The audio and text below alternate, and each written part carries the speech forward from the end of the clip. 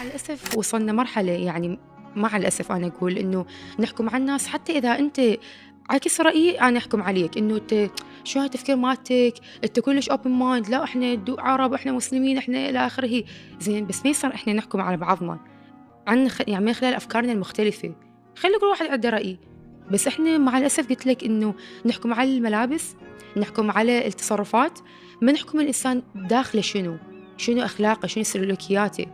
بالنهاية الشيء الخارجي مو هو اللي يحكم عن الإنسان. صح، وما بنعرف ظروف الشخص، يعني اللي بيحكم مرات ما بيعرف ظروف الآخر قديش هو فعلا عم بيجرب إنه والله يعمل صح أنا كنت هواي أحكم، ما مم. بقي واحد ما أحكم عليه صح. والله قبل. وأعترف أنا من النوع اللي أعترف بغلطي، ما أكابر، أقول كنت يعني أحكم على الناس هواي.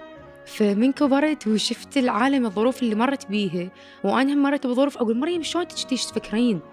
أنا حتى قمت ما أحكم إذا بنية مثلا مو زينة، إذا الشخص مثلا مشى بطريق غلط ما أحكم عليه أقول له ما متربي، لا، ممكن أكو ظرف أكو سبب من أهله أو من أقرب الناس إليه خلوه يتجه لهذا الطريق اللي هو ممكن يفكر إنه هاي كومفورت زون مالته أو الطريق اللي يلقى نفسه بيه.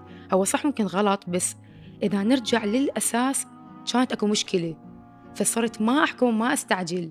فلذلك الشيء اللي أنا هم مرت بيه هم من أغلاط من مثلا لايف ستايل مالتي أفكاري أنا هم غيرتها وطورتها، فكلنا نقدر نتغير نحو الأفضل. صح.